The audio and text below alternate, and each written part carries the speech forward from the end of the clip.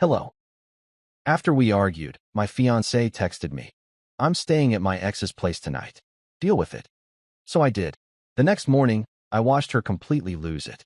My name is Bruce, I am 34, and I work as a procurement manager for a hotel group in Manchester.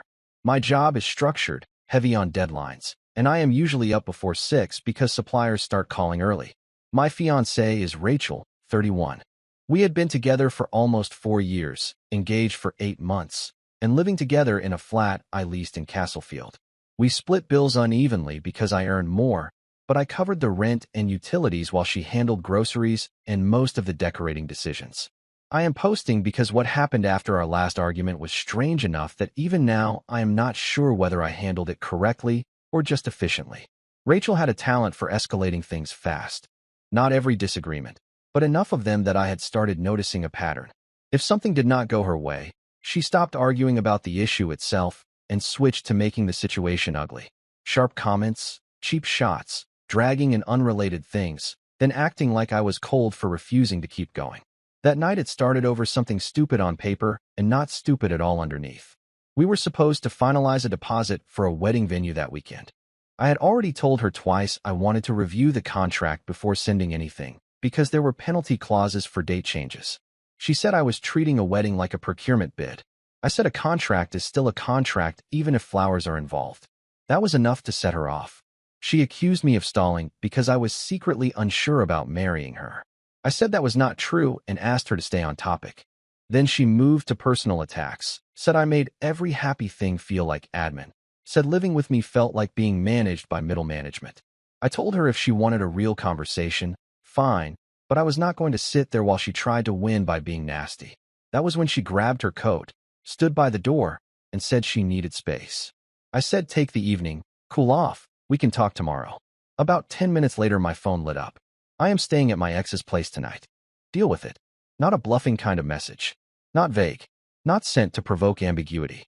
It was designed to land exactly the way it landed. I read it twice, then once more, mostly because I wanted to be certain I was not filling an extra meaning that was not there. I did not call her. I did not argue over text. I just looked around our flat, thought about the fact that she had chosen that name very deliberately, and decided if she wanted me to deal with it, I would. By midnight, I was no longer waiting for her to come back. I was making a list. I did exactly what Rachel told me to do. I dealt with it. Not emotionally. Logistically. I slept fine that night because once someone crosses a certain line, the decision stops being complicated. Rachel knew exactly what she was doing when she sent that message. It was not about needing space. It was about landing a hit. Saying she was staying with her ex was meant to provoke panic or jealousy or begging. Instead, it gave me clarity. I woke up at 6 like usual, made coffee, sat at the kitchen table with my laptop, and started going through the list I made the night before. The first thing was the wedding venue. We had been talking with them for about 3 weeks, and Rachel had been pushing hard to lock it down quickly. They needed the deposit by Monday to secure the date. I opened the email chain, reread the contract once more, and then wrote a short response. I explained that we would not be moving forward with the booking and thanked them for their time. No drama. No explanation. Just a cancellation before any money left my account. After that, I emailed the photographer we had been discussing. Same message. We would not be proceeding. Then the florist inquiry Rachel had sent from my email. I closed that as well. By the time I finished my second cup of coffee, the entire wedding planning process had been quietly shut down. No deposits. No future obligations. No vendors expecting payments. The next step was the ring. The engagement ring had been purchased from a jeweler in the city center. Their receipt mentioned a 30-day return window for a large percentage refund if the ring came back in original condition. We were still inside that window. I placed the ring box on the kitchen counter and looked at it for a minute. Not because I was hesitating, mostly because it felt strange how calm I was about the whole thing. For years together, and the end of it was triggered by a single text message. But that text said everything I needed to know about how Rachel handled conflict. Threats, escalation, maximum damage. That kind of behavior does not disappear after marriage. It multiplies. Around 8:30, I left the flat with the ring in my jacket pocket and drove into the city. The jeweler opened at 9. By the time Rachel woke up wherever she had spent the night, the wedding she had been arguing about was already canceled. And she had absolutely no idea yet. The jeweler opened right on time at 9. I was the first customer through the door. The woman behind the counter recognized me almost immediately. Not surprising since I had spent nearly an hour there a few weeks earlier choosing the ring. She smiled and asked how the proposal went. I told her it had not worked out and placed the ring box on the counter. She did not ask personal questions after that. Just checked the receipt, inspected the ring, and confirmed the refund amount. Most of the money would go back to my card within 3 to 5 business days. The whole interaction took maybe 10 minutes. When I stepped back outside into the morning air, something felt noticeably lighter. Not happy exactly, just resolved. One less loose end. I drove straight to work after that. Fridays are usually busy for me because suppliers like to confirm deliveries before the weekend, so my morning filled up quickly with calls and emails. For a few hours I barely thought about Rachel at all. Around 11:30 my phone buzzed. Rachel. I let it ring. Then another call 30 seconds later. Then a text. Are you seriously ignoring me right now? I finished the email I was writing before I looked at the message again. Nothing about it sounded like someone apologizing for the message she sent the night before. It sounded irritated, like I was the one creating a problem. A few minutes later another text came through. I hope you enjoyed your quiet night, because I did not sleep well at all. Still nothing about the ex. Nothing about the message. Just annoyance. I finally replied with something simple. Morning. I am at work. 3 dots appeared almost immediately. Good. Because we need to talk about your attitude last night. I read that line twice and leaned back in my chair. Rachel had spent the night at her ex-boyfriend's place after announcing it like a weapon, and somehow the next morning conversation she wanted to have was about my attitude. That told me 2 things very clearly. First, she still thought she controlled the direction of this situation. Second, she had absolutely no idea what I had already done. Her next message came in while I was still looking at the phone. Also, I will come home later, so do not start acting weird when I get there. I put the phone face down on my desk and went back to work. Because when Rachel walked through the door that evening, the first thing she was going to notice was that something in the flat was missing. And it was not subtle. I got home around 6 that evening. Rachel still was not there. That was not surprising. When she got into one of her moods, she liked to make entrances. Staying out late after an argument was part of the performance.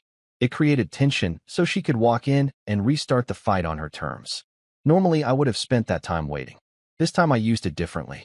Earlier that afternoon, I had stopped by a hardware store near my office and bought a stack of medium-moving boxes and packing tape. Nothing dramatic. Just the kind people use when they are relocating. When I got home, I started packing Rachel's things. Not everything. Just the items that were clearly hers. Her clothes from the hallway wardrobe went first. Dresses, jackets, shoes. I folded them carefully and stacked them in 2 boxes. After that, I packed the bathroom shelf she used. Makeup bags, hair products, skincare bottles, all wrapped in paper so nothing leaked. The process was slow and methodical. No anger, no rushing, just sorting. By the time I finished the bedroom drawers, 4 boxes were sealed and lined neatly against the living room wall. I left the engagement photo off the shelf as well. That frame went into the last box. Around 7:15, I heard keys in the door. Rachel walked in carrying her overnight bag and immediately started talking before she even took off her coat. You would not believe the traffic this morning, and I had to stop by work because apparently people cannot survive one day without me fixing their mess. Then she looked up. The first thing she noticed was the boxes. 4 of them stacked beside the couch. Rachel stopped mid-sentence. Her eyes moved from the boxes to me. Bruce, what is this? I closed my laptop slowly and stood up from the table. Your things. She stared at the boxes again like her brain needed a second to process what she was seeing. Why are my clothes in boxes? Because you said you were staying at your ex's place. The room went completely quiet. Rachel's expression shifted from confusion to disbelief. Bruce, stop being dramatic and tell me what you are doing. I leaned against the counter. I canceled the wedding plans this morning and started packing your stuff this afternoon. The words seemed to hit her a second later. Her face tightened instantly. You did what? The calm part was already over. Now she was starting to understand that this situation was not going the way she expected. Rachel stared at me for a few seconds like she was waiting for me to laugh and admit it was some kind of overreaction. When that did not happen, something in her snapped. Are you serious right now? Her voice jumped an octave immediately. You packed my things. I nodded once. You said you were staying at your ex's place. Rachel dropped her overnight bag on the floor with a loud thud. Oh my God, Bruce, you cannot be this petty. She walked straight to the boxes and ripped the tape off the top one like she expected to prove something. Clothes were folded inside exactly the way I packed them. Her hands froze for a second. Then she spun around toward me. You actually did this. You actually packed my stuff like I am being kicked out. You told me you were staying somewhere else. That is not the same thing, and you know it.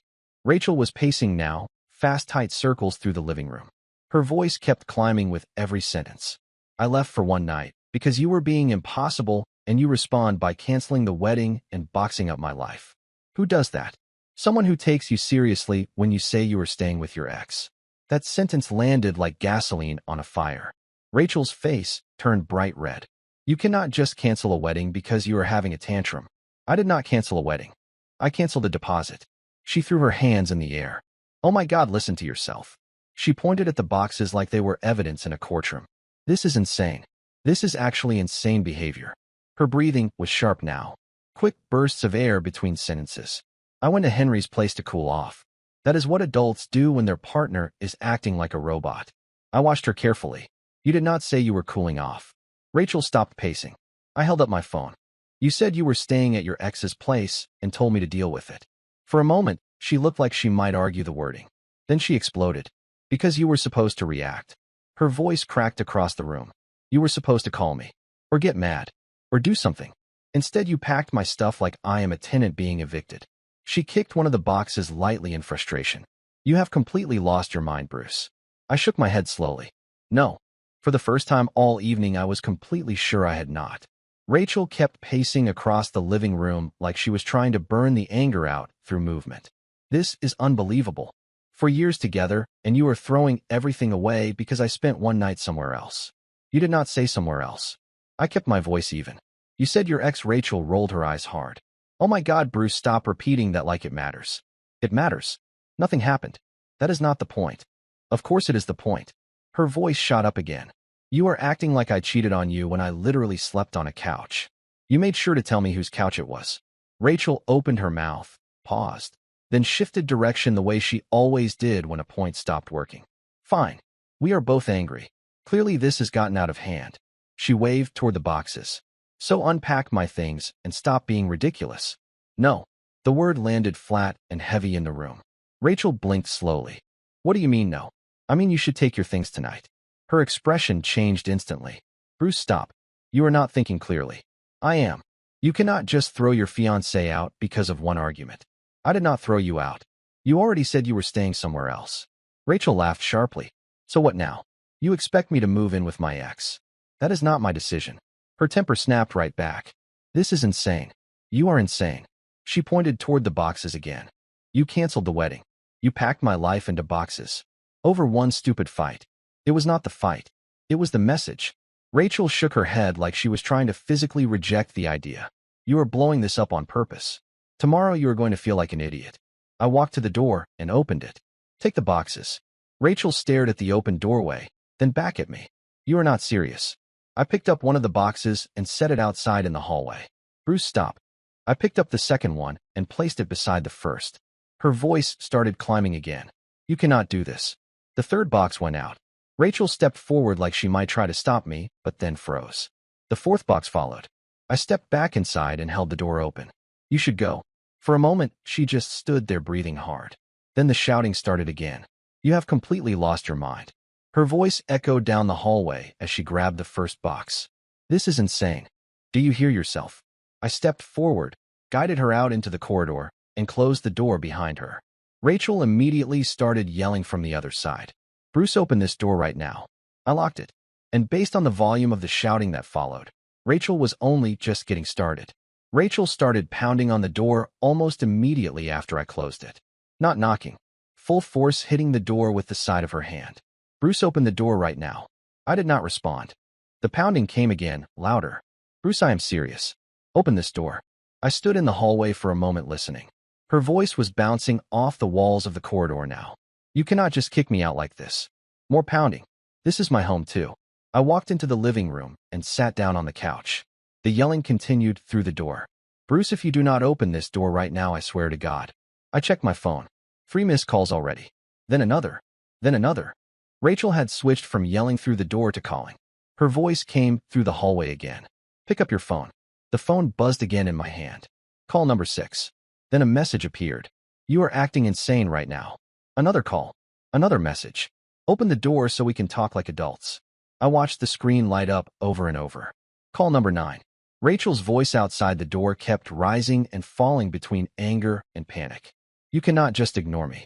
I opened the message thread and read through the text quickly. The tone was exactly what I expected. First anger, then accusations, then attempts to drag the conversation back into another argument. I had no interest in repeating the same fight through a door or through a phone. Another call came through. That made 12.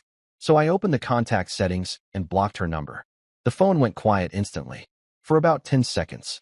Then the banging on the door started again. Bruce, I know you are ignoring me. Her voice was sharper now. You think blocking me fixes this?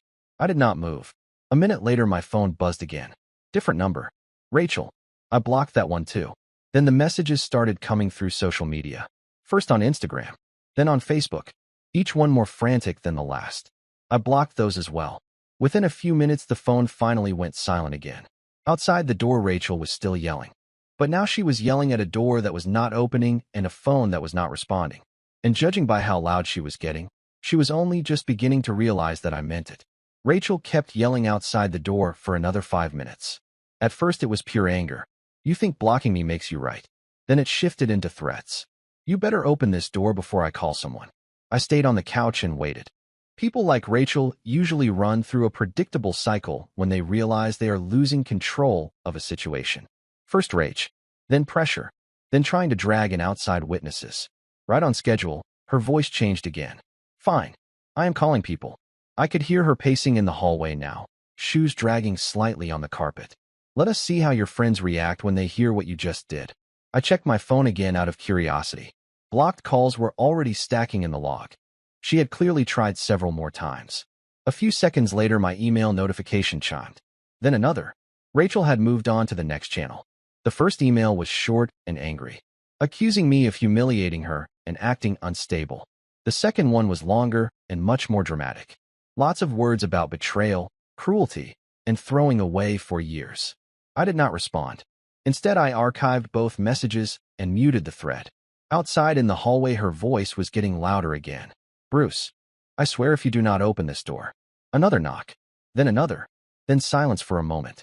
I heard the elevator down the hall open. Rachel's voice came back one more time, sharper and more frantic. You are going to regret this. The elevator doors closed. And just like that, the hallway went quiet. I stood up and walked to the door, looking through the peephole. Empty. The boxes were gone. Rachel had finally left. The apartment suddenly felt bigger without the noise. I walked back into the kitchen, poured a glass of water, and checked my phone one more time. There was already a new message waiting. Not from Rachel. From her friend Melissa. It was one sentence long. What exactly did you do to Rachel tonight?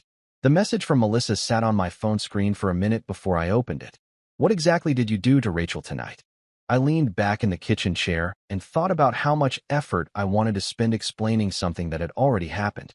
Melissa was one of Rachel's closest friends. The kind of friend who usually only heard Rachel's version of events, which meant the story she just received probably sounded very different from reality. My phone buzzed again before I even started typing. Another message from Melissa. She says you canceled the wedding, packed her things, and threw her out of the apartment. Technically, that summary was not wrong. It was just missing the part that made the entire situation make sense. I typed a short response. Rachel told me she was staying at her ex-boyfriend's place last night and told me to deal with it. So I did. I hit send and set the phone down. A few minutes passed. Then it buzzed again. Melissa, wait, she actually told you that? Yes. Another pause. Then another message. She told me you overreacted to an argument. I typed one more response. Arguments do not involve announcing you are sleeping at your ex's place. This time the reply took longer. Almost 10 minutes. When it came through, the tone had changed. She did not tell me that part. That was not surprising. Rachel had always been good at editing stories, so she looked like the reasonable one. Another message followed. She is at Henry's apartment right now, and she is losing it. I stared at the screen for a second. Henry, the ex she had decided to use as leverage the night before. Melissa sent one more message. She thought you would panic or beg her to come home. That part actually made me laugh quietly. Instead, you canceled the wedding. Yes. The typing indicator appeared on Melissa's side again, then disappeared, then came back. Finally, another message arrived. She really did not expect that. I picked up my glass of water again and looked around the apartment. Neither did I. But the more distance I had from the situation, the clearer one thing became. Rachel had tried to create a reaction. What she got instead was a consequence. And based on what Melissa had just told me, Rachel was only starting to realize how badly that plan had backfired. Melissa and I exchanged a few more messages that evening, but the conversation slowed down quickly. She asked one more question. Are you two done for real? I looked around the apartment before answering. Rachel's shoes were gone from the hallway rack. Her makeup shelf in the bathroom was empty. The closet space she used was cleared out. The place already looked different. Yes. Melissa sent one final reply. She is still freaking out over here. I did not respond after that. There was nothing useful to add. Around 10 that night my phone buzzed once more. This time it was an unknown number. I already knew who it was before opening the message. Rachel. Her style of texting had changed completely from earlier. No more insults. No more yelling. Now it was long paragraphs. She said I overreacted. She said she only went to Henry's place because she needed space after the argument. She said she never expected things to go this far. There was also a line about how humiliating the situation felt for her. I read the message once. Then I blocked that number too. Not because I was angry, just because the conversation was already finished. Rachel had made a very specific decision when she sent that message the night before. She tried to force a reaction by bringing another man into the situation. It was meant to provoke panic. Instead, it ended the relationship. The next morning, I returned the last of the wedding-related items that were still refundable. After that, I emailed the landlord and confirmed that only my name would remain on the lease. Life went back to a quiet routine surprisingly fast. Work, gym, home. Every once in a while I heard updates through mutual friends. Apparently Rachel spent a few weeks telling people I ruined our relationship over nothing. Then the full story started circulating, and the reactions changed. Looking back now, the strange part is not how quickly the relationship ended. The strange part is how clear the decision felt once she sent that message. Some actions are arguments. Others are announcements. Rachel thought she was starting a fight. What she actually did was end the engagement. Bye-bye. Oh, you've read your last free article. Oh my God. Give me money, motherfucker. But what Apple and Meta want to do is, they're trying to build these new neural networks. They're trying to, humans, and we can get into this too later if you want, humans are the only thing, in my opinion, and I'm happy to have you disagree with me, and I love to have this conversation. In my opinion, we're the only ones that are... After May 8, 2026, announced plans to discontinue support for end-to-end encryption for chats on Instagram. If you have chats that are impacted by this change, you will see instructions on how you can download any media or messages you may want to keep. Social media giant said in a help document, if you're on an older version of Instagram, you may also need to update the app before you can download your affected chats. When reached for comment, this is what Meta had to say. Very few people are opting for end-to-end encrypted messages and DMs, so we're removing this option from Instagram in the coming months. Anyone who wants to keep messaging with end-to-end encryption can easily do that on WhatsApp. But WhatsApp is a little squirrely, right? WhatsApp, yeah. I mean, they're all squirrely. And that's the problem. And so you ask me why I don't trust them. It's because they want to use, so humans, in my opinion, and some animals, are the only things that have the ability to project consciousness. And projecting consciousness is how you train a neural network. And it's how you train all of these large networks. A lot of my time also in the military is spent I was doing artificial intelligence in 2012, 2011. Like before it was even a catch term, we were using artificial intelligence to map dynamic networks and to do other things, more pragmatic uses of it than how it's being used today with large language models or convolutional neural networks. But they need consciousness to train their models. So when Google offers you, Meta or Instagram or whoever else offers you photo storage, it's because they want your face to train neural networks. If they're going to pay for the compute, if they're going to pay for the storage for these things, they're doing it because they're going to use the data. If you're getting a free app, in essence, any free app, if the product's free, then you're the product. So when Google is allowing you to use a Google Drive and get a gig of storage, they're going to use those photos to train neural networks to do better facial recognition. What if you're paying for Google Drive? I don't know about their terms of service now. That is one of the best things that I use with large language models is any product I download, I have the neural network examine the terms of service. And then you can pretty much understand, like, here's my focus. Here's the 40-page terms of services document. When you click that link that you got, what are they able to do with my data? So that's how I sign up for apps. And that's one of the great uses of a large language model, in my opinion, is to quickly understand how these things are being used. And that's why I say with Apple, with Meta, with all of these large information, you are more the product than the product's the product.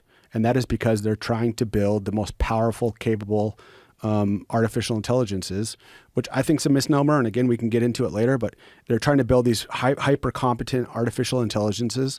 And you need two things for that, really, is training data and you need compute. And that's why you start seeing them coming out with, like, Meta's building its own nuclear engineering facility or something, or nuclear facility or something like that. And they need more training data. So if I want to build a replica of Joe Rogan that I can make hyper realistic AI videos for, I need every picture of your face from every angle. I need every wince, every squint, everything you've ever done, so I can introduce more training data to better train that neural network in order to generate more hyper-realistic versions of yourself. And so when a company's offering you something for free, and it's fine, like, if people are fine with that idea, then by all means, download all the free apps that you want. But if you're downloading a free app, it's because you are the product. They either want to see how you type, they want to see what you're saying, they want to see how you're thinking about things, they want to understand your political biases, they want to look at your photos. And this isn't because they're a deep-seated nation-state actor. They can become that, but it's because they're trying to build the best products, because the big money is in AI. That's where the biggest money is. So anytime you're doing any of these things, and it's just been obvious to me not from the onset, but pretty close to the onset, that yeah, this is a good example, right? Pokemon Go players built a 30 billion photo map. That's how training robots to deliver your pizza. There you go. So they view and they can say they don't. And maybe if someone from there catches this podcast, which they well could, they might put out a statement that's saying that that's not what they're doing. But I'm telling you, as a person who has done media forensics, who has done computer network operations, and who has trained artificial intelligence models, that is precisely what they are doing. What is the difference between using Apple and using Android? Well, Android will do the same things, and Google will do the same things. It's just that I can root my phone, or I can install a custom operating system like Graphene or something like that, which I'm not doing right now. I had to make a sacrifice when I started my company, Spartan Forge, and the sacrifice was I had to be the face of this product. And so I never had a social media until I started the company. And I didn't upload things to the cloud until I started this company. And it became just like, I have to sell a product. I have to, and I'm actually selling a product, not people's data or people's photos. I have to sell this product. I have to let people often don't know who is the company or who is the organizing principle and what do they care about in the company.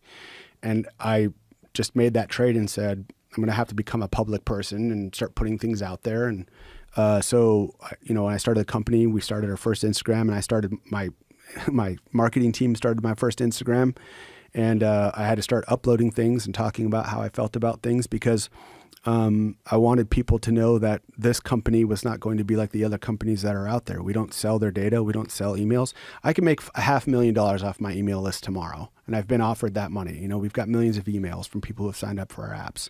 Other companies who are starting companies, they want to go out and reach marketing people. So if you're starting another hunting app, maybe for cameras or for a call or a turkey call or an elk call or something, and you found Spartan Forge and you said, man, they've got 2 million emails. I could pay them $500,000 for that $2 million and start some top of line marketing, top of funnel marketing, and go blast them. So they would pay me a lot of money for those emails. I will never do that. I'll never sell my company's emails, the people's emails. I'll never do any of those things because the product is the product for my company. It's not the people. So the reason why you use Android over Apple is the ability to root it and install things like Graphene? Yeah, custom OSs. And but yet you don't use it. Not now, but what I still can use and what I still do use is Android also publishes their framework in an open source fashion where you can look at it's called AOSP, Android Open Source Project. So the basis of Android, the nuts, think of it as the nuts and bolts. I'll try not to talk in too technical terms here, but the basic framework, think about it like a car. The frame and the engine makeup is published so you can look at how things work on the inside. Apple goes the opposite way, and they don't publish any of that, and you can't see any of that stuff. I'm for the free and open version because at least if I'm worried about my phone having a problem, I can actually dump binary, or I can create an EO1 file and exhume. I can look at the binary and say, is my phone acting like it should or doing what it should? Or is there some kind of persistent implant? I wouldn't be able to do that with I would have to trust Apple and Apple's ecosystem and whoever their McAfee or whatever they're using. I would have to trust them, which I don't. So I like the Android because is that option available for the average consumer that's not that learned in computers? Well, the great part about large language models now is if you wanted to dump your own phone today, you could follow along with a large language model and do it, your own Android. And how would you do that? Well, you would have to buy some expensive. There is something you'd either have to pay a firm to do it, or you could download things like Celebrite. You could get a Celebrite, or there's other things called Forensic Toolkit, other things like that allow you to examine your phone at a deeper level. And is this an app? Forensic? They're products. They're products. So it's a physical product. Some of them have dump your phone into. Yeah, and there's software. And there's connecting and all of that type of stuff. Tools I used throughout my military career. Celebrite was one of them, but they're Israeli owned. I've got nothing against Israel. I've just got everything against foreign actors. It's just if they're not an American company, that automatically kicks them down a level for me. So anyway, there's all kinds of Android just makes it much easier to examine your phone or to understand if you've got something going on that's funky than it is on Apple. So for the average person, like for me, like if I got You're not the average person. Well, let's pretend I am. If I got an Android phone and I wanted to examine my phone, what would be the process? You would download some of the software that I talked about. You would jack your phone into it. You would open your phone, and then it would start carving the binary of your phone, the everything in your phone. It would start. You could create a one-to-one emulation of your phone if you wanted to, and then you would be able to get under the hood and examine the apps. You would be able to examine the binary. What's the executable code? You'd be able to look at all of those things, and then determine, because Android open source project is published, you could do a one-for-one and say, well, at the kernel level, there's this weird code that's not in the Android build. So what is this code? And then with a neural network, you could I've never done it, but I'm sure you could figure out what the intent is of that code, even for a layperson. So I could take that information, I could put it into Perplexity, and Perplexity would lay out what's going on with it? Ostensibly, it would be able to, yes, unless it was some type of weird code. I haven't used Perplexity, so I don't know if they have something like ChatGPT's Codex. But I sort of just tried just to be like, can you help me examine my Android phone is doing, looking for any malicious actors? Yes, I can walk you through structured, non-destructive check for malware or other shady activity on your Android phone. First, what are you noticing? 4 tools, commands, quickly check for common warning signs, sudden big battery drain, you're not using the phone, unusual data usage, particularly in the background, apps you don't remember installing, or icons briefly appearing and then disappearing. Lots of pop-ups, redirects in browser, or new default search launcher, strange calls, SMS messages you didn't send yourself. If any of those ring a bell, we'll focus on them in later steps. Yeah, it's just asking you, like, why do you want to do it? So this is just something that you could do with an Android phone that you just can't do with Apple. You can't do it. Yeah, Apple's not open. So, what are the reasons you don't trust Apple? Well, could I do one thing before we remember that question, because I don't want to forget it? Could I give you a prompt? Sure. Because I want to answer your first question that we've already gone past. Can you bring Perplexity back up, please? Yeah, do you want to go in addition to that or start a new one? No, this is fine. Just say, my friend helped me carve an EO1 file, Echo Oscar EO1 file. And he says that there is code in there that doesn't comport with the rest of the Android system. Comport? Yeah, PORT. With? The rest of the system. Could I dump that code here, and could you tell me what it means? I'm sure the answer is yes, but I just didn't want to answer it because I've never done it. Could you tell me? Could you tell me, Jamie? Could you tell me what it means? Yeah. We'll figure that out probably, though. Get the you out. Get the you. Tell me you. Could I have some of your coffee, please? Yeah, absolutely. It's for you. Okay, let's see what it says. Yes, you can paste suspicious code here, and I can help explain what it appears to do line by line and whether anything looks malicious. Before you paste, a few important notes. Remove or redact anything that looks like private data, usernames, passwords, keys, tokens, IPs, email addresses, phone number. Perplexity is our sponsor. I love that because you'd never get that from ChatGPT. You'd want all that information. Perplexity's the shit. And so you're not sharing personal or case-sensitive information. Wonderful, Perplexity. If it's very long, send in chunks and tell me chunk 1-3, chunk 2-3, etc., so we can help keep track. I can do static analysis here, read and reason about the code, but I cannot actually execute it in a sandbox. Right. So this is more like a careful forensic read-through than a full dynamic malware